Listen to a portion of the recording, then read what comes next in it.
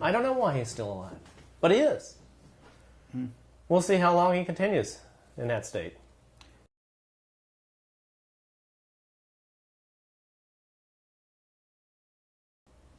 In your world, in your perception of the world as you know it, I mean, this is not...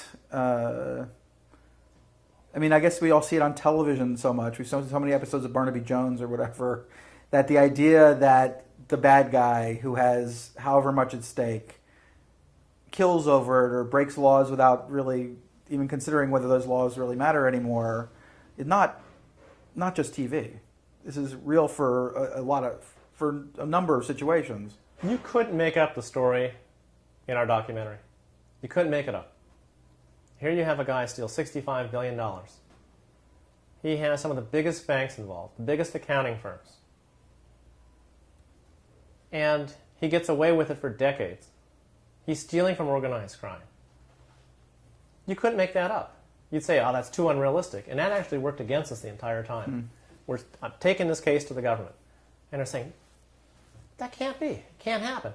There's no such thing as a $65 billion Ponzi scheme. We know those don't exist. So the case was so many levels bigger than what had ever existed before that everybody refused to consider it. We went to the Wall Street Journal, went to Forbes magazine. One of my team that whole story is it. amazing. The whole story of the Wall Street Journal not going with a story or not being able to... It was too big. And let me tell you why it was too big. In 2001, at the time of my second case submission to the SEC, I come in and I say, my team has had another year of on-the-ground investigation. My guys have been in Europe more. They've been around the U.S. more, and we're seeing more feeder funds. We're counting the assets. And instead of the $3 to $7 billion that I came in the previous year, in May of 2000, telling you about, well, here I am 10 months later, and I'm saying it's 12 to 20 billion. The thing that worked against us was in 2001, the largest hedge funds were about $2 billion. And so I'm coming in with 12 to 20, 6 to 10 times larger than anything you've ever heard of. And so of course you're not going to believe me. But it was true. The entire thing was true. And so when I take it to the Wall Street Journal, I'm saying it's 30 to 50 billion in 2005. And of course they're not going to believe me. Now the reporter believed me, but someone higher up didn't, because every time he's coming up to travel, he gets ordered not to do it, to do another story. And so I put the emails up on my congressional testimony because I wanted to prove that fact, that someone higher up at the Wall Street Journal killed the story, and that's why I talk about it in the movie. And of course, what happens as a result? The Wall Street Journal gave me the worst book review. I got all good book reviews except for one, the Wall Street Journal. And I guarantee you, my film is going to be, I'm going to get a horrible review from the Wall Street Journal, and that's okay. I'm pretty sure it won't be by Joe Morgenstern, though. So, a friend and an arch liberal. Well, even but he may get somebody else to do it. I mean, that happens. It's funny because I have the conversation with people about this movie not getting a review by the trade. Got the lead trade reviewer suddenly was out, and some obscure person from Wisconsin reviews a big movie, and you're like, that's very positive when everybody else is being negative, and you're like, people think I'm crazy when I suggest it's intentional. How dare I suggest that film critics would stoop to this? But it's really pretty much business. And we didn't care. We just wanted to tell the truth, and we let the chips fall. I mean, if you see, we're naming names in our movie. We're showing you who the bad guys are. And we're showing the actual locations in Paris where the bad guys are residing. And that actually brought a chill out when I watched the footage. They went to those locations where I had the meetings. And so the banks are being exposed, and now they're not talking. They're not talking for a reason. In Europe, they had a private settlement. 40 banks settled for, I want to say it was $19 billion in May of 2010. Private settlement, 75,000 victims. So they, in the European way of handling it, sweep it under the rug. Right. The American way, we have a lot of lawyers here, and so our way is we sue you. And so the federal bankruptcy trustee, Irving Picard, is suing major banks. He's suing J.P. Morgan, I think, for over $19 billion. They were Bernie's bagmen. They were running the checking account. Right. And they knew he was a fraud. Big banks were involved in this. Citigroup was structuring notes into it, but they were small. They were only in it for a few $100 million. Mass Mutual, their Tremont hedge fund unit, had $3.5 billion invested with Bernie. So there were some big companies, big American companies involved. their lips are sealed because they have to defend these court cases. Did they end up settling to make it go away so they don't actually have to defend the case? No, they're litigating. Bank of New York is litigating. Mm-hmm. Their Ivy Asset Management unit fed $300 to $400 million to Bernie, and they're saying we did no wrong. We did our job. We did good due diligence. We were good fiduciaries. We only picked the best managers. Yeah, right. You picked Bernie Madoff. And they want to go to court and defend that. Mm. And so everybody's going to trial, so no one's talking. The big four accounting firms that gave the clean audit opinions, they're not talking because they're about to be sued. So they're preparing for trial instead. The only one who's talking, my team. So do you feel safer now because it's public or because he failed? He failed. Or is both required to make you feel okay? Oh, all the risk on December 11th, 2008, when he turned his sorry butt in, all the risk transferred to him because he's the guy that sold the money. He's the guy that ripped off the Colombians and the Russians. And he's the guy that needed to seek the safety of a warm prison cell because no one needed the gates, the guards, and the guns more than he did. Mm-hmm. And so all the risk transferred to him away from me. And I felt really relieved about that. And I still had some residual risk with the SEC. They knew that I was going to bury them. Mm-hmm. And they knew I had all the books and records. So I got those out of my house the night of Madoff turning himself in. I didn't sleep. And what's not in the movie, what is in the book, is the following morning at 8 a.m., I get a phone call from someone really high up in the SEC who I never figured to call me. Mm-hmm. But I'd met them previously. And they called me and said, Harry, your name's in the Wall Street Journal as the whistleblower. Everything's in a panic over here at the SEC.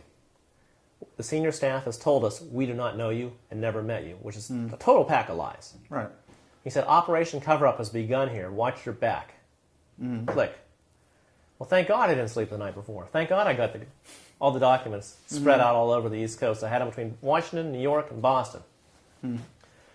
And I felt pretty safe, but I had about another week of risk until the Wall Street Journal ran their front page expose, finally. Years too late. And then I felt really safe, because then Congress is calling me, and I know I'm going to testify. And I know if the SEC comes in and takes my books and records and takes my computers and seizes all that stuff, and it disappears, it's too late. It's just going to make them look bad. I knew I was safe at that point. And you have to be the cleanest guy in the world through all of this, no? Yeah, I'm sure the government's checking my bank records, my tax records, and everything is pristine, thank goodness. And I get called to testify before Congress, and that was riveting. That was a very contentious congressional hearing. One person showed up to tell the truth with 375 pages of material submitted to the Congress. One group of individuals from a large government organization showed up not to tell the truth with 10 pages of testimony that they copied and pasted from their website. It was their mission statement. And they wouldn't answer questions, such that when Congress asked them if they were taking, the General Counsel of the SEC, are you pleading the Fifth Amendment? He wouldn't even give a yes or no answer to that. And they didn't. They came in there to lie and not tell the truth and to cover up.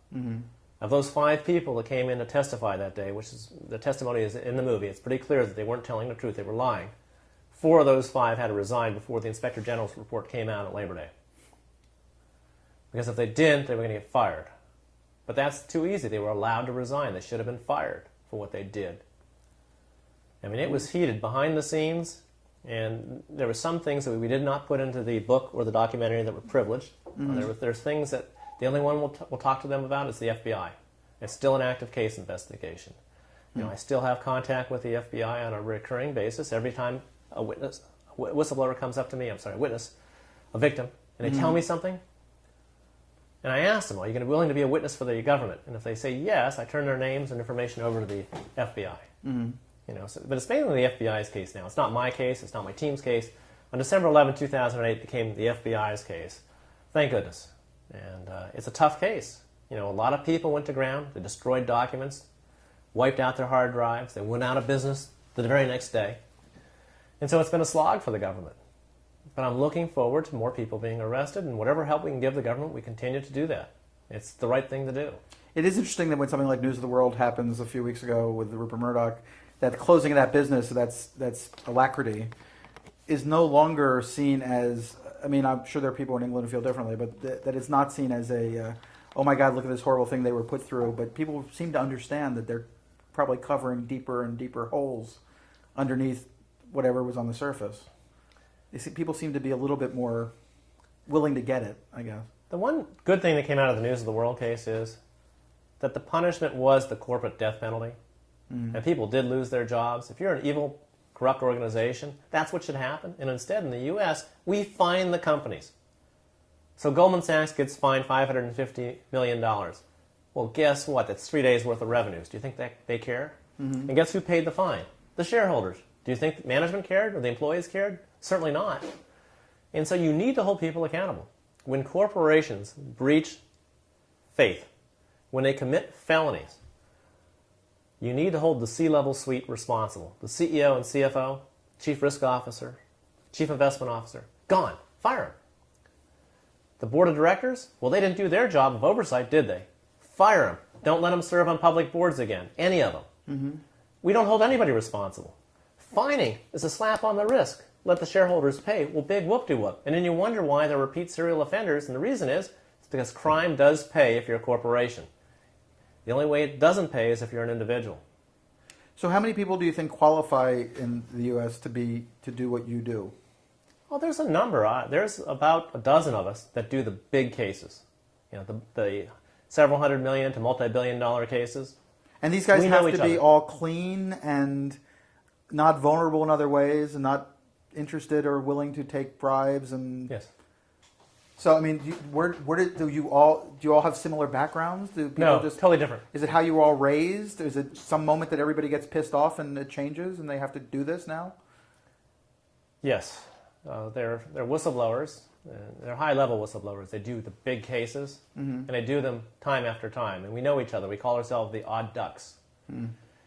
And we get together at an annual conference every fall in Washington, Taxpayers Against Fraud.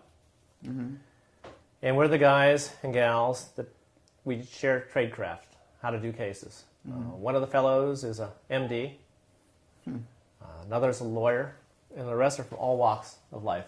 Some are accountants, some are journalists, but we're whistleblowers.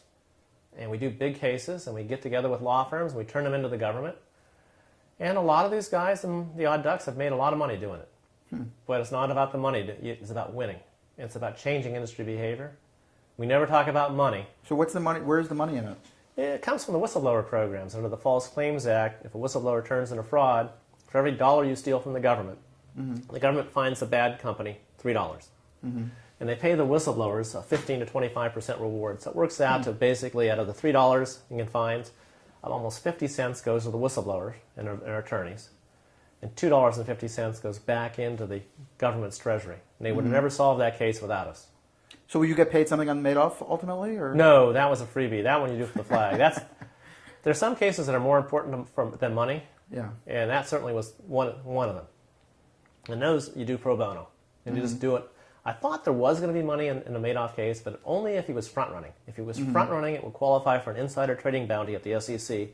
It would have paid my team and I each several $1 million.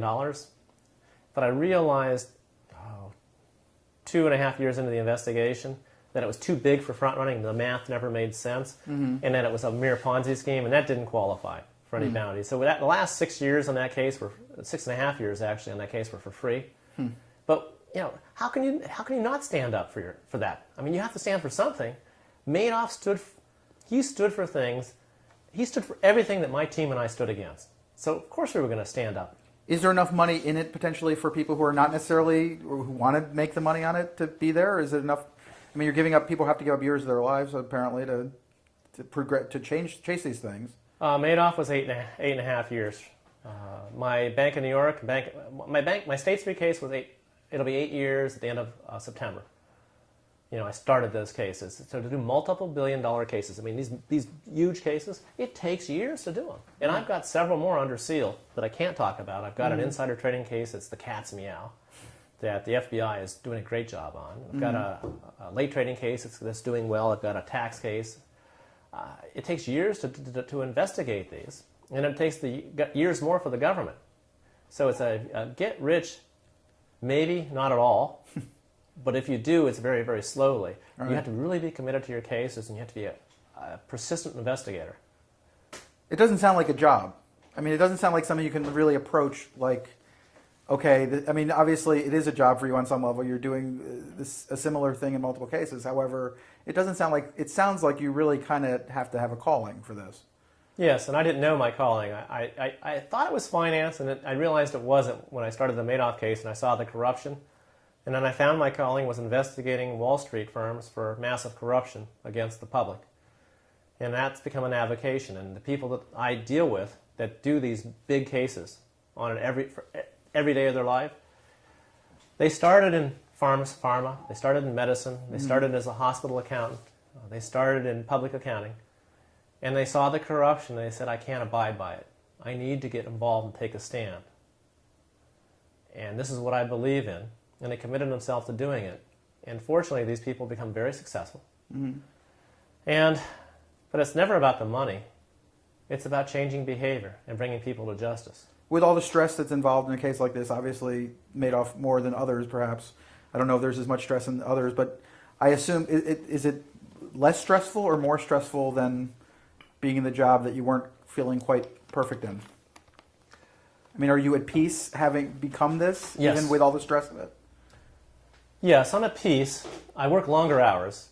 My boss is double SOB, when your own boss. So I work horrible hours. I work in the morning, afternoon, and at night I'm speaking to my whistleblowers because I can't call them at work, can I? They're going to get fired. And then I have to work weekends or travel weekends to be with them. I have to go to their cities and meet with them in private. And unfortunately now people recognize me, and so I have to wear disguises. Or sometimes what I do, instead of wearing a disguise, I just find the restaurants with the worst food, because no one's going to go there willingly. So I've learned to enjoy bad food. There's a Larry David episode, I think it was this last week or this next week, where he goes to a Palestinian chicken restaurant. It's allegedly in Los Angeles, and says, this is the perfect place to have an affair if you're a Jew, because nobody will ever see you there. A lot of truth to this. So you look for ways to meet with your whistleblowers. The hours are very long, because when you work for yourself, everything's success-based. Your cases settle successfully only every several years. It takes you years to make a big case. The government's certainly not investigating big cases on their own, so they need people like me to bring them to them. A well-developed case. It's not a reward for tips program. Right. So I'm recruiting whistleblowers. I'm penetrating organizations and pulling their people out. And so I'll go up the sales channel, and I'll get their marketing contracts, which usually have kickbacks in them, and I'll find out which customers are in cahoots cheating the government. So I'm coming in with a list of defendants and targets for the government there. And then I'm going to go over to the accounting ranks and pull out an accountant or someone in IT, and I'm going to come out with the transaction records, because a typical corporation could have millions or tens of millions of transactions in their transaction journals.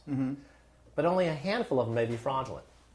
So I need somebody that knows where those handful are. I need to find the needle of the haystack and deliver that needle to the government.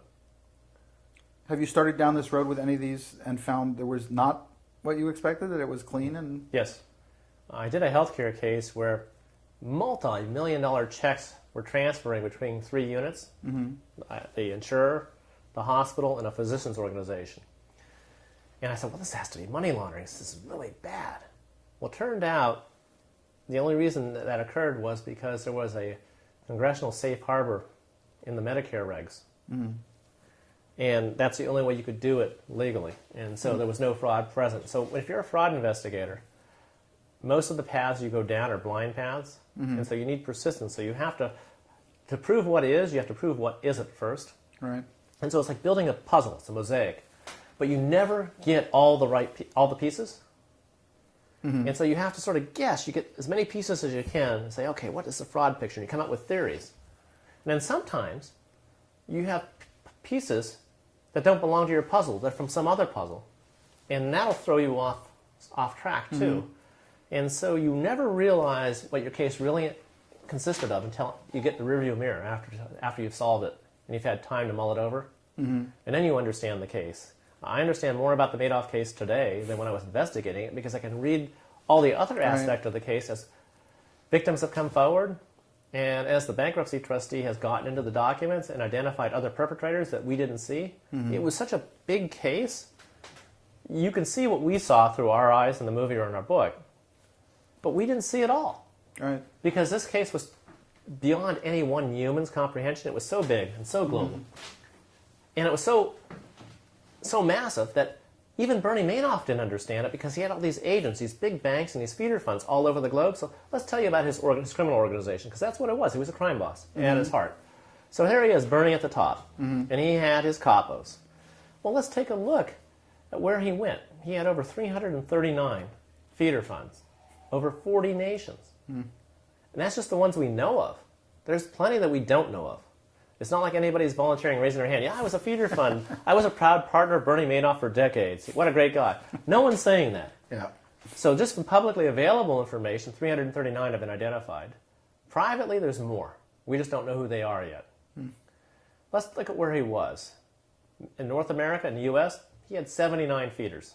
In Europe, a lot more, a few hundred. He was bigger in Europe than he was in the United States. In Switzerland, he had 77, mainly centered around Geneva, maybe some in Zug. Not so many in Zurich. In France, he just wiped out the French, just killed the French. In the UK, he had 52. In Germany, he had 26 feeders. And he was just getting set up in Asia. He had a couple in mainland China. He had just set up a couple in Hong Kong. He had in Singapore. He just started establishment. He was just going to get ready next to go to Australia and New Zealand. He had a big bank helping him in Japan, so he had a little bit of a foothold there. His next and final frontier was Asia. He had saturated North America, South America. He had just killed the South Americans. He had gotten into South Africa, and Asia was where he was going next. And if the markets hadn't collapsed in 2008, he would be phenomenally big in Asia. And it would probably be good for the United States since we're lower on the pyramid. Yeah, for his investors here would have benefited by stealing from Asia. Well, actually, it's sad that you say that, but it's true.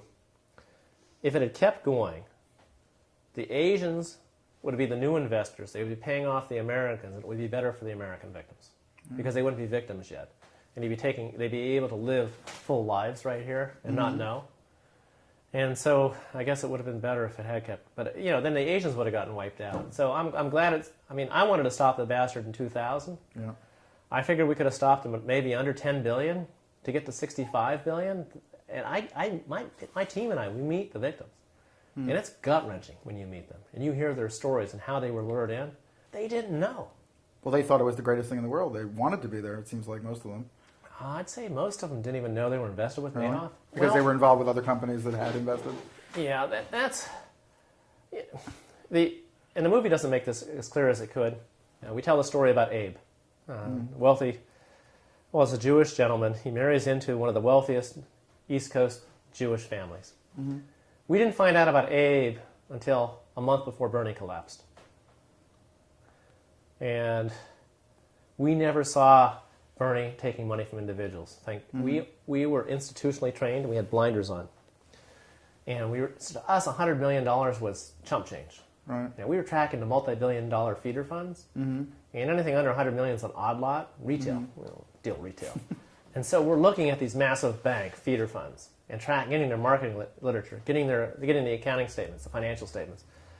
And we think we're tracking the extent of Madoff. Well, boy, were we wrong. Because there were individuals going direct. He enjoyed the thrill of the kill. This is an evil son of a gun. You have no idea how evil this guy is. And he makes you kiss his ring to get in. And he'll turn down certain people. So he takes money from Larry King, right? Well, he'll turn down maybe his brother. And say, you can't get in. Well, that's great because he gets somebody to market for him saying, Bernie's hard to get into. He let me in and he wouldn't let my brother in. And so he did that. He made it seem exclusive. I don't need your money. Right. And don't ask me any questions. I don't need your money. I'll just give it back to you. I don't need clients like you. And he got away with it. He had chutzpah. And he would lure you in. It was reverse dating psychology. It's who do you like the most in high school? It's the person that turns you down for a date. You like them the most. The takeaway. And that's how Bernie was. He used that dating psychology, and he enjoyed the thrill of the kill. He would go to, I find out at my book party, I meet someone her husband founds a law firm. And she's left with a big estate. And Bernie comes up to her at the funeral and says, I'm sorry for your loss. I've known your husband forever. Just give me your money. I'll manage it for you. I'll take care of you. And he did. He wiped her out. She had to sell everything. Lost her home. That's the kind of soulless human being this was. He would hunt at funerals, weddings, bar mitzvahs, and everybody said, "Oh, look at that nice Uncle Bernie. He's showing up with a nice present. He always shows up. What a great guy." He was there to hunt. So there's no chance he was ever trying to do something good. He was evil and soulless. There are things that I refuse to talk to you about, and I didn't put in the book. They're not in the documentary. They're too evil. It just makes my team and I cry. Unless you were part of that investigation, unless you saw what we saw humans preying on humans. These were predators that didn't need to do what they were doing. They only did it because they wanted to get wealthier than they already were. These were wealthy individuals from Wall Street. And they did it because Bernie could make them more wealthy. And they didn't care about what the victims. They could care less. And they pretended to be warm fiduciaries. They pretended to be respected money managers. And they were none of the above. They were just cruel predators. And that's what capitalism is. In its pure sense, it's predator-prey. And if you don't know who the predator is, well, guess what? You're the prey. So there was never him thinking that this could be something, or somebody like that, or any of these guys thinking, getting to the point where they lost control, or got out of hand, or got too big, or this was already designed as a Ponzi scheme. This was always going to be a bad ending. A split strike conversion does not do the kind of performance numbers that Bernie Madoff was representing to his victims. From the beginning. From the beginning, it was not achievable. It was designed as a Ponzi. He was never legit. He was never an honest person. So when you talk about the retail, should people be doing this on a retail level? Or is there another layer of smaller whistleblower that should people be? Obviously they should be vigilant. They should be doing things. But do you think it's too hard in a way when it gets down to that level because there's not enough damage being done to get the attention of the government, or to get out of the realm of it being personal? If you're an individual investor and you see the big firms advertising on TV, and you see their name taking TARP money, and you see them being charged with various felony offenses, but getting a free pass and just paying fines, a couple days of revenue, even though it's a few $100 million or several $100 million, you shouldn't be dealing with it. So if you're dealing with, and let me name some banks: UBS, Credit Suisse involved in Madoff, HSBC, Banco Santander, BBVA, Barclays, Bank of America. Anybody who's involved. Mass Mutual was involved. Any firms that was involved with Bernie Madoff. The big accounting firms. If you see a Big Four accounting audit, you shouldn't believe it. They were in bed with Bernie. They were giving clean audit opinions. Most of those firms were giving clean opinions to the feeder funds.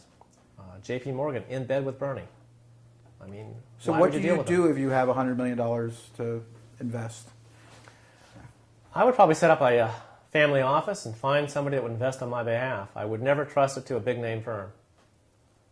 Anybody who has a disciplinary record, anybody who has a record, if you have a disciplinary record and you're a big firm, well, that's the same thing as dealing with an individual with a rap sheet. It shouldn't be any difference. The American public needs to understand that you have corporate felons out there that never go to prison, that don't get punished, and they're repeat offenders. And just because you see them advertised on TV doesn't mean they're honest. They need to bear personal responsibility and make sure they only deal with people that don't have corporate rap sheets. Well, they advertise on TV, it's probably more likely that they're doing something because they're spending a lot of money advertising. Yes. They must be getting some sort of payback from that. Finance is a commodity business at its heart. And the bigger you are in assets under management, the harder it is to outperform because your size works against you when you're trading in the markets. And so big firms tend to be bad firms for investors. But people don't understand that because they didn't come from my world. They never came from Wall Street. But once you're in Wall Street and you see how the sausage is made, you can separate the reality from the bullshit. And most of Wall Street is smoke and mirrors. But most of the people who are there seem to want to continue that being in the sausage factory and taking advantage of it rather than actually getting out or fixing it. Well, it is the highest paying industry. And so they look at people like me as peeing in the pool. I'm ruining it for everybody. The foreign currency traders, the big banks hate me because I'm ending their foreign currency scam. Let me show you how you're a victim of foreign currency. You just came back from New Zealand. What credit card did you have? Citibank. Okay, and how much is Citibank charging you for foreign exchange? Some ridiculous... 3%. Yeah. 3% equals 300 basis points. The cost, what is your currency there in New Zealand? Is it the Kiwi? It's the Kiwi. It's pretty close to the dollar. So let's assume that maybe the Kiwi, maybe it costs 5 basis points to trade, 0.05%. And they're charging you 300 basis points. And the cost is 5. Do you think that maybe they overcharged you by 60 times? You think maybe they did? They screwed you 60-fold over? And they got away with it. Because it's cartel pricing. It's a monopoly. There's only 2 banks that broke the cartel, and they only did it recently after I filed my foreign currency cases. Capital One does not charge foreign currency transaction fees, and American Express just dropped them in April. Everybody else is in a cartel working against you when you travel overseas. And they steal from you. Guess who regulates the currency markets? No one. Exactly, no one. Unregulated. Now, Dodd-Frank may bring them under the regulatory umbrella. I hope that the Commodities Futures and Trading Commission does bring them under the regulatory umbrella. But if you have unregulated finance, what do you think the banks are going to do? Hell, we regulated them in the mortgage markets and we saw them stealing. And if you have no regulator watching, what do you think they're going to do? Well, for us, it's all $2 and $3 and $5 and whatever, and it doesn't. When you're going on vacation for spending thousands of dollars, it doesn't seem like that much money. So it just passes. You know, the thought of even worrying about it doesn't even. We're used to it. You're used to it. You're used to being a victim. From the telcos. We're used to it from the, And no one stands up and says anything, right? Well, yeah, you feel. Well, I brought those foreign currency cases, and now it's changing industry behavior. Whereas they used to steal about 0.3% from a pension fund for every trade, they're only stealing a little bit over 0.1% now. So they're still stealing, but theft has gone down about 63%. They're stealing 11 basis points instead of 30. I'm not sure if I should feel good or bad about that. I'm trying to stop all stealing, though, and so I want to win these cases. That's my goal in the next 12 months. I'm hoping we're going to get in a jury trial. It'll be fun to see these guys in front of a jury. And unfortunately, they'll probably deny me that, because what do banks know? What are they known for? They always settle without admitting or denying guilt. And they stroke the check. Let's put it behind us. And Wall Street, and it goes on and on and on. But at least I changed maybe that little aspect of the industry. And maybe that'll change, and maybe next time you go overseas, they won't steal so much, or maybe they won't steal at all. And that's the goal anyway. Well, to have an individual doing any little bit is huge. And I think as individuals in a country like this, we forget it. Forget how each step matters. It's that big picture that somehow makes every little picture seem inadequate, but it's not. Obviously, somebody has to be doing something. If you want to change things, 2012 in November, you go to the ballot box, vote against every incumbent. And for president, vote for the independent candidate. Do not vote for the major party candidates. That would shake things up. If everybody did that, throw both parties out of power. You didn't do your jobs. You didn't represent us. You represent corporations. You screw us continually. You can't balance the nation's checkbook. You don't deserve to be reelected. Just go in there pissed off and angry, and that'll affect change. But we have to be smart enough to do that. Well, it's the same thing that everybody feels like they don't want to waste their vote. They're going to throw away their vote if they do it a different way. There's, unless you have the candidate that actually emulates the same fantasy that the two major parties do, people are afraid that somehow they're going to be out of the game. Well, let's look at President Obama. Change we can believe in. Did you get the change that you believed in? No, but I also made the mistake of seeing Inside Job, which made it clear why I wasn't getting the change I believed in. The Bush economic team is the Obama economic team. Yeah. So how was that change? Afghanistan.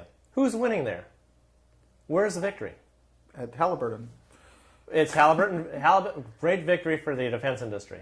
Not so good for the Americans, and a tragic ending for American soldiers, our brave men and women, being sacrificed over there for corporate profits.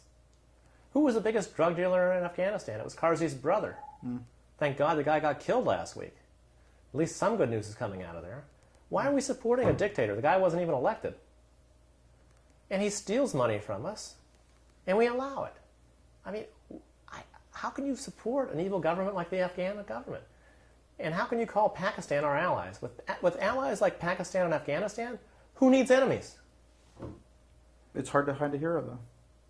I mean, I think that's the problem we all have, is it's hard to say, this is going to be better. The independent candidate's going to be better. This person's going to be better. How could they be worse? Well, it's the fear of it's the devil you know and the devil you don't know. How could anyone... Maybe the devil, it may not even be a devil that you don't know, but you don't know. And we're all very well trained after all these years. I'd rather pick a random person for president than a major party candidate. I'd rather vote for that. Because at least I have a chance they could be honest and represent me. With the major parties, it's all special interests and corporate interests. And the corporations can invest unlimited amounts in next year's election. So how much truth are we going to see? But you know enough to know that if we tried to run you for president, that you would have to bend over in all kinds of ways in order to try to get there, even consider I don't think getting so. there. If you went in there with the attitude, I'm only going to run for 4 years and be gone from Washington, I think it'd be okay. But how do you get elected? I'm saying is that whole process is... I think if you had a candidate that could marshal the American people and you say, look, either these guys and gals in Congress straighten things out, balance our budget, through cuts, taxes, however they do it, but it has to be real. Bring all the off-balance sheet accounting on balance sheet. Let us look at our true economic picture. And let's sort this mess out. And it's not going to be overnight. It's going to be a multi-year plan. And if they do not do it, we're not going to pay our taxes. And we're going to starve them and take the government down. Because right now they're threatening us by defaulting on the debt. Why should we let them control it? Why shouldn't we control it? It's our taxes. If we stop paying our taxes because we don't like our government, and maybe we vote these guys out. Maybe we just have to keep voting them out. Vote both parties out. Keep them out of power. Because what do we know what are they hungry for? Power, right? Maybe we need to take control. Maybe we shouldn't let them dictate to us. 13% of Americans support Congress and think they're doing a good job.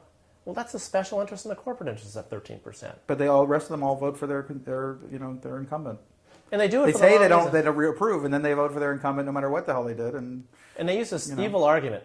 Well, Charlie Rangel will get reelected. Well, that reason is he has 3 decades or something in office. So he could be, if the Democrats take power again of the House, whenever they take power, he's going to be a committee chair, and so he gets to control the agenda, more pork for his district in New York, right? And so it's the seniority system. Well, I said that's crap. Let's end that. Let's have term limits, maybe 6 years total, or maybe just 2 years. You get 2 years as a congressman, 6 years as a senator, and you're out. That'd be fine. Don't let them run for re-election, so they don't have to raise money and sell out. I want them representing me. And if that doesn't work, then we go to jury type system. If you have a license, driver's license, we're going to pick you 2 years in Washington. You're our congressperson. We'd be safer with them. And if that doesn't work, if you can't find people, normal citizens to make it work, then I'm saying maybe you run chimpanzees for Congress, a Chimps for Congress program. Because I think you ran a chimp in most districts, chimp would have a good chance of winning. Given what we've seen out of Washington, who would you rather have in your district? I don't know about my district specifically, but there are definitely people who are in Congress who I'd prefer a chimp to. Yes. Or a chicken, because if they can peck, they can actually vote with their nose. Yeah, it's embarrassing to be an American these days. It's sad to see us on the verge of insolvency as a nation. I never thought I'd see the day. And to tell you how corrupt the rating agencies are, they're rating our debt AAA. Are they insane? How does our government deserve a AAA rating? I would give you a AAA rating. I would give me a AAA rating because we can balance our checkbooks. But giving the American government a AAA rating, there's no way. Not merited. Well, I thank you for your service, even though it's private and everything else. You're doing something that I think most people think about doing and never quite get around to doing. So, well, I was forced into it. My family's Greek. We ran a chain of restaurants. If someone stole from our restaurants, we went after them. And Bernie was stealing from me. And so I had to go after him. That's just the way I was trained. My dad taught me to do that. And I never thought it'd end up the mess that it was. No one likes losing a case that big. I mean, that case was not a victory for us. We tried. But you probably should give yourself a little more credit than going after a guy with a hand in your pocket. I mean, you fought awfully hard for awfully long to do something that ultimately was just right.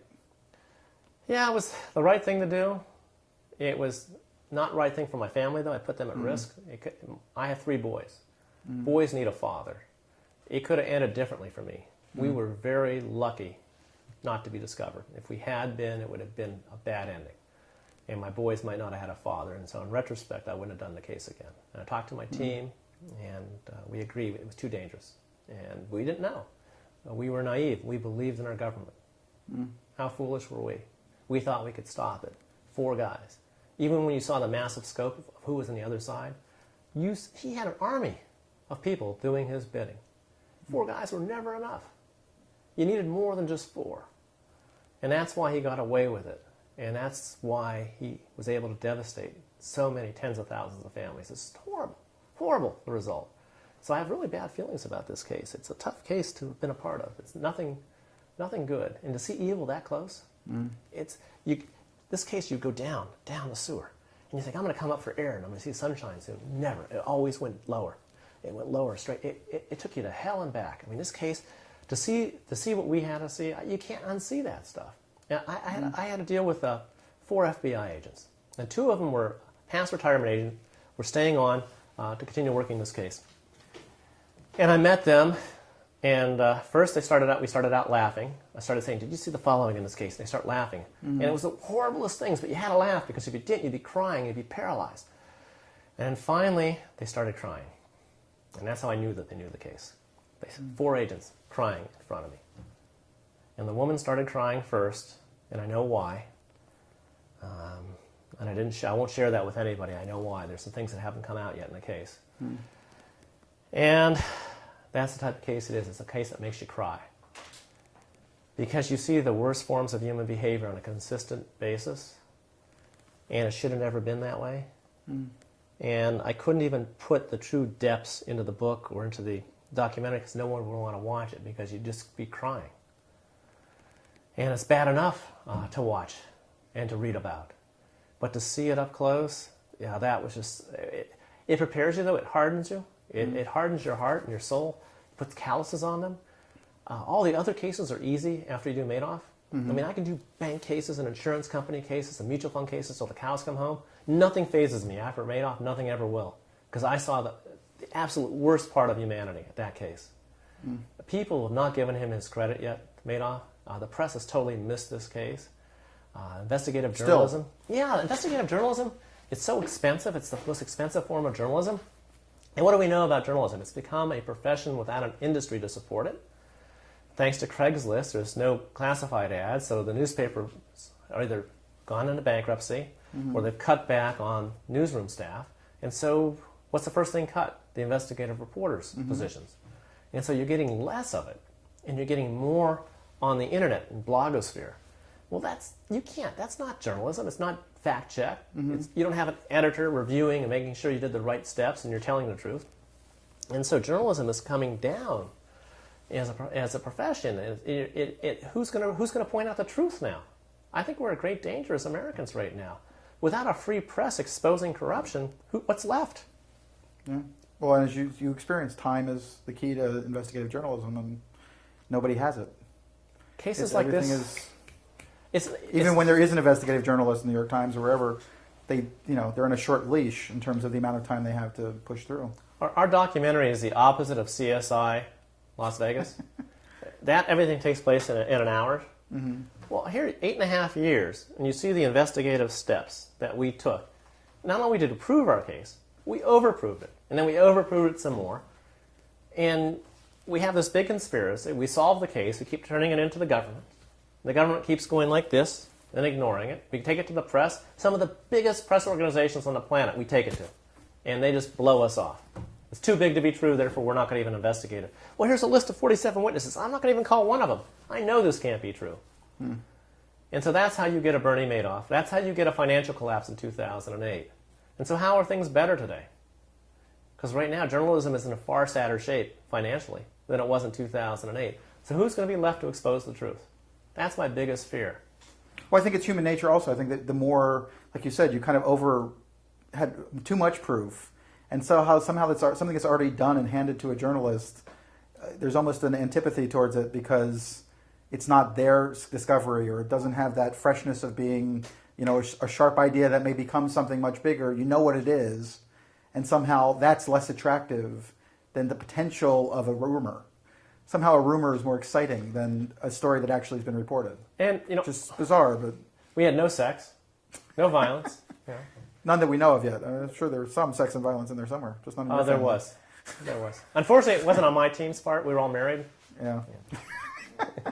Well, you should have brought in Elliot Spitzer. It could have been.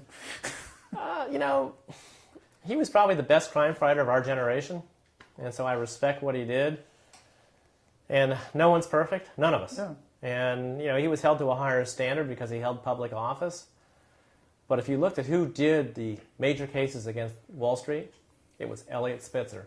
Well, if you look at Client 9, it's pretty clear they brought him down. The financial guys used this indiscretion, which was not unusual on Wall Street or anywhere else really with money, and used it to take a guy down who was really coming after him.